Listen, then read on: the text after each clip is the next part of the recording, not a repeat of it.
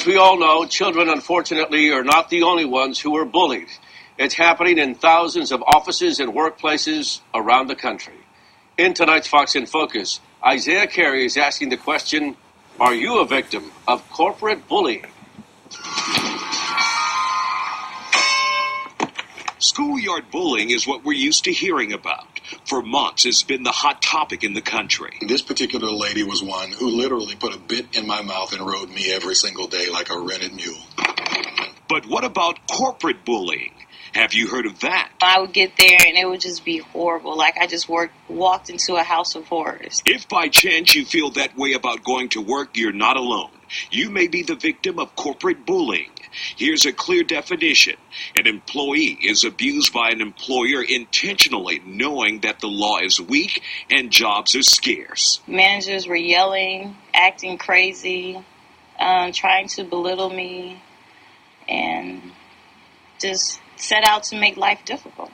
KORINTHIA Miller says she was a victim of corporate bullying. She worked for a company where she says the boss rode her like that rented mule you heard about. When you're an adult and you tell people, they look at you and say, well, wow, you can't figure this out for yourself.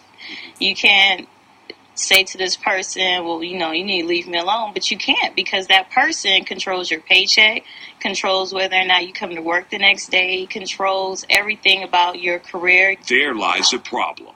Experts say that's why most employees don't fight back. They stay and take the abuse, which eventually hurts the company. We can now link the prevalence of these to earnings.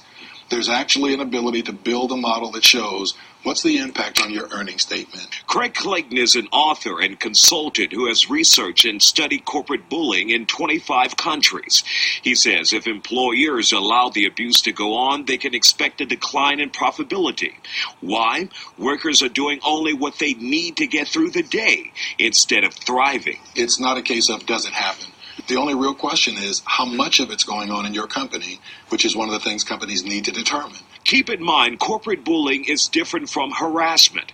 Harassment is the process of unethical behavior against individuals that could be based on sex, race, or religion. So what should you do as a victim of bullying at work? Speak up. That's what KORINTHIA Miller did. She also quit. Miller is now an attorney, her own boss. I will never, if I can help it, work for anyone else again, because one, I don't want to go back to that environment where someone has enough control and power over me to mistreat me and get away with it. If you can't afford to quit after facing bullying at the job, go through the chain of command.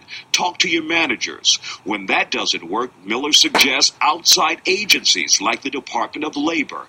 Clayton believes bullying is an issue that should be addressed by management before it spirals out of control.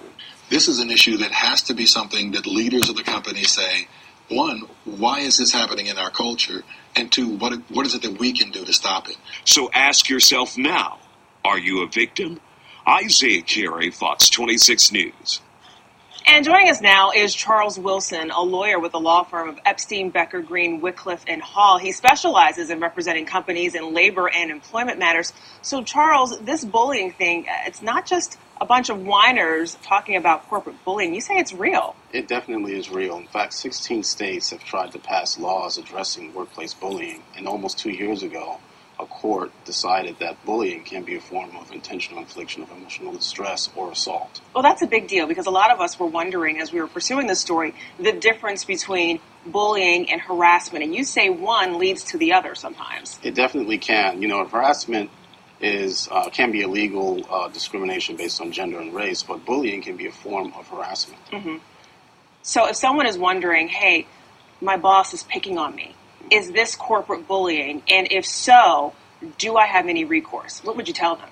Yeah, there can be some recourse in the sense, if in fact the bullying is based on a person's race or gender, or if the person perceives they're being singled out by the bullying because of some other protected category, it certainly can be illegal.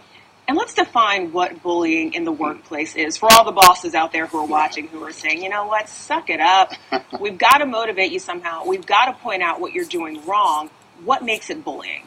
Bullying can take many forms. It depends on the relationship between the supervisor and employee and what the supervisor knows about the employee to push that employee's buttons. It can be the silent treatment. It can be unwarranted criticism. It can be embarrassing the employee in front of coworkers. So what's the line when we're talking about corporate bullying between someone being sensitive and their feelings being hurt and a legitimate corporate bullying situation which could then lead to harassment?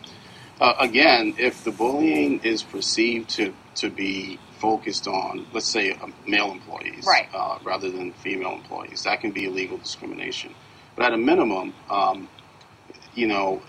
if the perception is that the supervisor is not being professional, that can have ramifications for the employer. Okay, now in this time of the economy, right, jobs are scarce, people are trying to hold on to what they've got, right, so they may be a little concerned about going to human resources, right, or having something documented if they have a problem with their boss. Mm-hmm. What steps should an employee take if they think they are being bullied in the workplace by their boss? Should they start documenting? Yeah, they should document, and that could be in an email, can be a cordial discussion via email. Mm-hmm. Definitely need to speak up about it. Being silent about it is not going to cure the problem. But if you're afraid, if you want to hold on to your job, right, do you go to human resources or do you speak directly to your supervisor and try to handle it between the two of you? I think the best thing to do is to go to human resources. They are the individuals that are designated to handle those types of concerns. And for companies, we have a lot of small business owners here in Houston, a lot of bosses here in Houston. Right. What can companies do to protect themselves from these complaints of corporate bullying and harassment? Well, at a minimum, the employers need to send out a message to their workforce that everyone is going to be treated with respect. They need to reinforce their policies to incorporate workplace bullying, and they need to train their supervisors so that they know, while it's okay to properly motivate and challenge employees, the company won't tolerate unprofessional bullying. And I know you've had some cases, some labor cases and employment cases. People do sue their employers in these situations. Do they win? They may not always win, but they definitely scare the companies enough. All right, Charles Wilson, thanks so much. Thank Mike? you.